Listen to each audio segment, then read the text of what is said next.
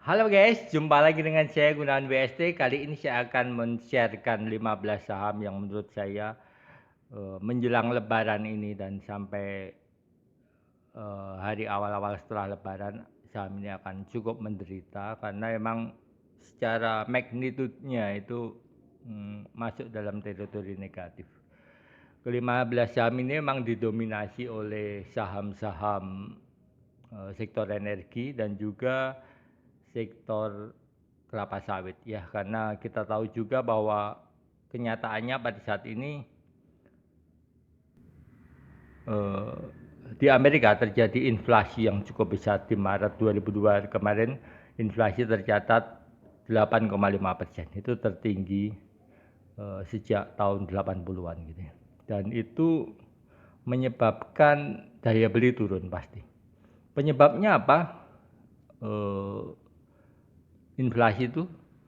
Inflasi di Amerika terjadi karena kenaikan harga minyak. Jadi bukan karena mata uangnya terdepresiasi ya, karena memang mata uang Amerika di saat krisis seperti ini memang justru cenderung menguat, tetapi daya belinya turun karena harga didorong oleh kenaikan harga energi. Harga energi tersebut akhirnya berimbas pada sektor konsumsi, sektor jasa, dan akhirnya berakumulasi menjadi defisit 8,5% tersebut. Dan itu tentu saja membuat pemerintah Amerika berusaha mendorong untuk menurunkan harga minyak, dan di sisi lain secara natural inflasi tersebut akan menurunkan daya beli. Akibatnya apa? Akibatnya bisa kita tebak bahwa akan terjadi kesetimbangan. Ketika daya beli turun, maka ekonomi akan cenderung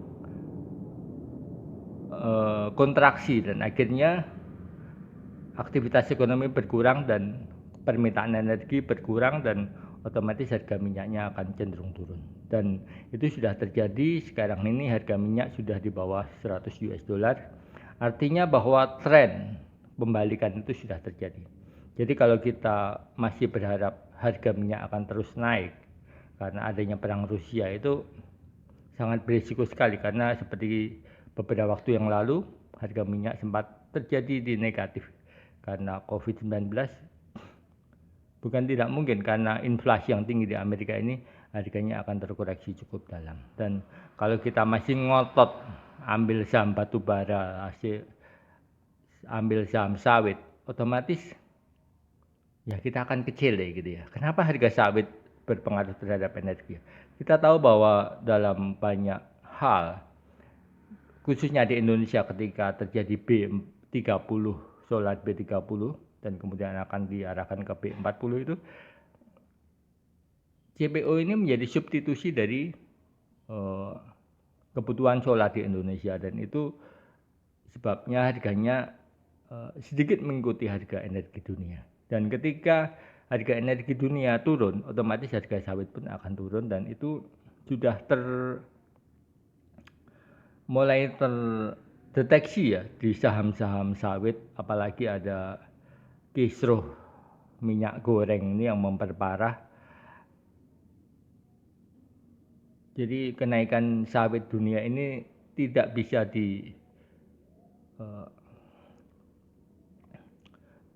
dicerminkan langsung ke harga sahamnya. Oke, langsung saja kita mulai dari yang pertama adalah saham Baca Bank Capital. Bank Capital itu menurut saya sedang dalam tren turun dan cukup memprihatinkan, dan sampai libur lebaran ini saham ini akan cukup menderita. Kalau kita lihat grafiknya seperti ini, tidak ada magnitude yang berarti untuk bisa menggerakkan pasar ke atas. Walaupun ada rencana untuk regisu. Kemudian kita ke saham Arci. Saham Arci seperti ini. Sama juga dalam tren turun. Jadi walaupun trennya turunnya sedikit demi sedikit, tapi itu akan cukup menggores psikologis Anda sebagai trader ya. Jadi ini akan kalau Anda nggak sabaran ya, ini akan mengganggu secara psikologis Anda. Kemudian kita cek saham berikutnya adalah yang ke-13 adalah saham CSKA.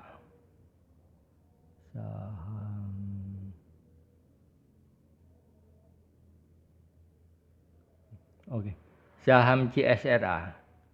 Saham CSRA ini bisnisnya adalah kelapa sawit, Cisadane Sawit Raya. Sebetulnya saham ini selama beberapa bulan sampai Februari itu cukup bagus dan sekarang ini dalam tren koreksi. Jadi kalau Anda masih pegang saham ini kemungkinan ya seperti yang saya bilang di depan. Kemudian kita cek saham selanjutnya, saham SKRN Super Crane. Ini saham engineering ya, konstruksi, dan saya pikir sudah mencapai puncaknya dan akan terjadi koreksi teknikal cukup dalam. Kemudian berikutnya adalah saham IBST.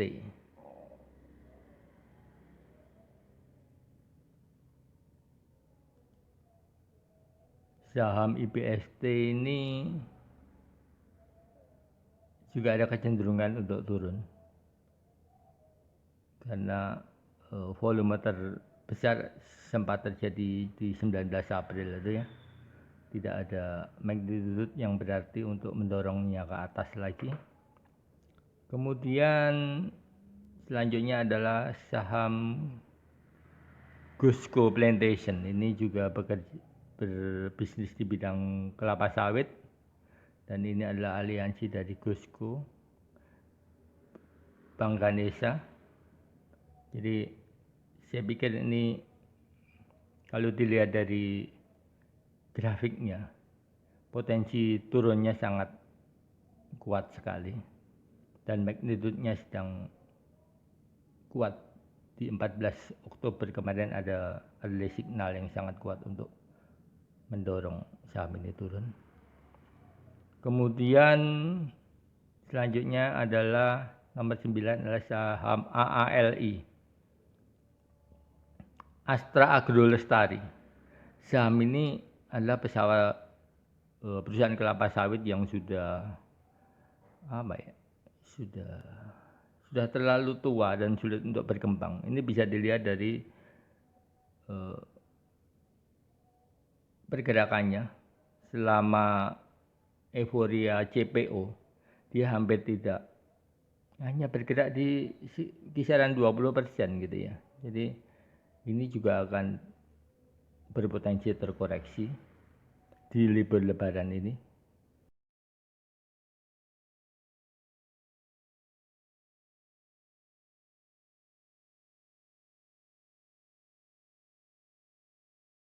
Kemudian kita lihat selanjutnya adalah saham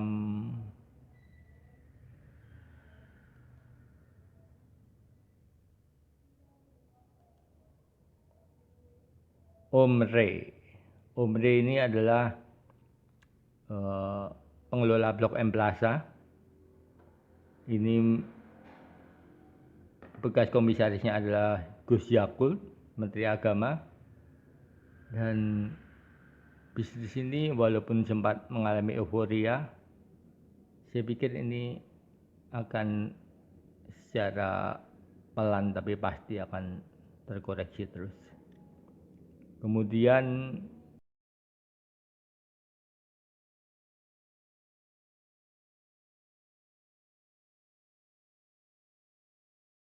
saham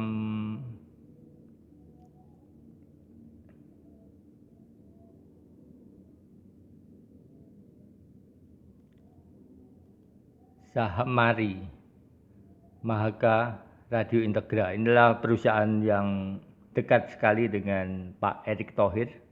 dan sahamnya terus turun karena aplikasinya Noise ya, itu kayaknya nggak laku. Dia kemarin naik itu gara-gara mengeluarkan aplikasi Noise, kemudian secara perlahan turun, dan saya pikir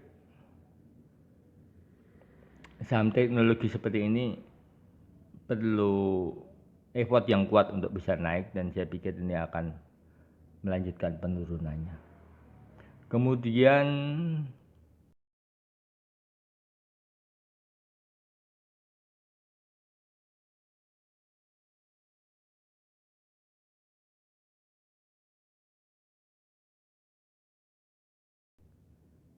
saham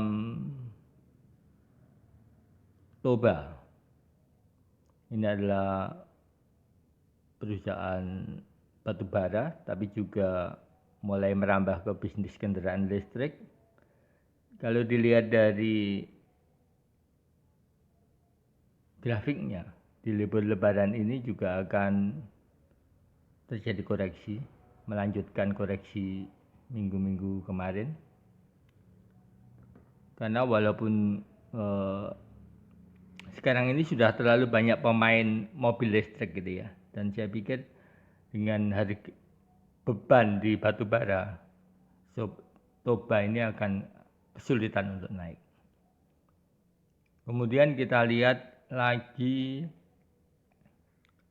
saham TAPG.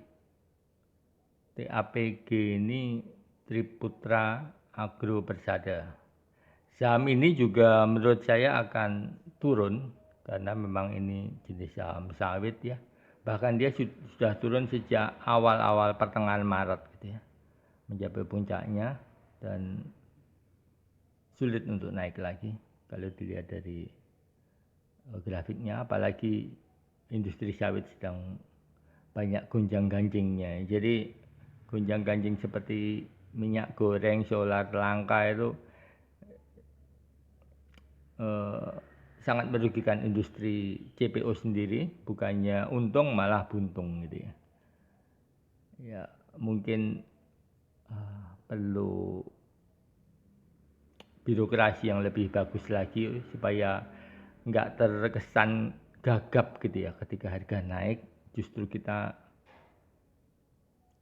nggak bisa memaksimalkan. Sebetulnya sih dari segi penerimaan negara sudah cukup bagus ya, di Maret kemarin tuh kita surplus 4 miliar dolar, itu tertinggi, dan itu sumbangannya adalah dari sisi energi kelapa sawit batubara Indonesia ini ya. Kemudian selanjutnya adalah LSIP, ini sama perusahaan sawit juga. Menurut saya sahamnya akan terus turun di lebaran ini. Jadi ini berlaku mulai hari ini ya, Selasa sampai libur lebaran nanti analisa ini. Kemudian kita lihat di SSA.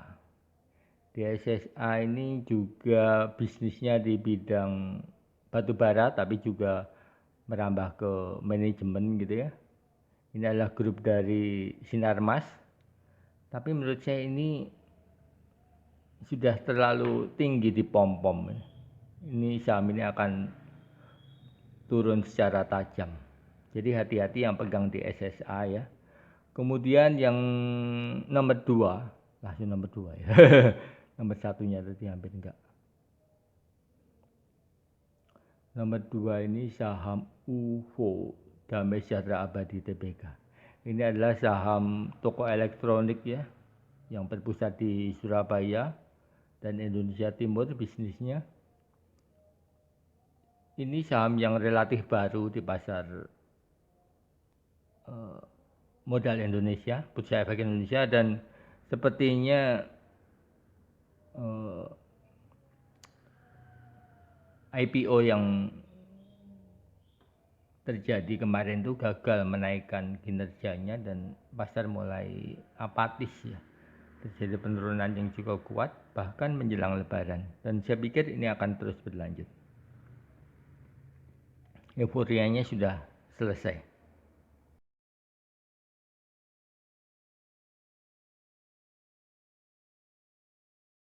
Oke, itu aja yang menurut saya saham-saham yang menurut saya kalau Anda pegang itu ya gimana ya, akan menimbulkan kerugian gitu ya. Dan kalaupun Anda yang belum pegang, ingin pegang gitu ya, menurut saya lebih baik kita lihat setelah Lebaran. Jadi setelah Lebaran itu menurut analisa saya ekonomi sudah lebih sedikit stabil dan kemungkinan akan naik gitu. Kenapa menjelang Lebaran ini saya memprediksi bahwa akan ada saham-saham yang rontok gitu ya. Karena yang saya sebutkan tersebut adalah sebenarnya saham pom-pom gitu ya. Saham pom-pom yang ya pemegangnya itu kebanyakan para pemula yang duitnya pas-pasan, dan menjelang Lebaran itu mereka akan sebagian besar akan withdrawal gitu, akan ambil ya, mau loss mau untung diambil untuk biaya Lebaran. Jadi karena memang jenis investor seperti ini bukan investor strategis dan investor yang gampang panik, investor yang oportunis tapi gampang panik ya, mereka itu akan memanen kerugian di Lebaran ini. Menurut saya seperti itu. Oke, thank you, see you next time. Jangan lupa like and subscribe video saya, Gunawan WST.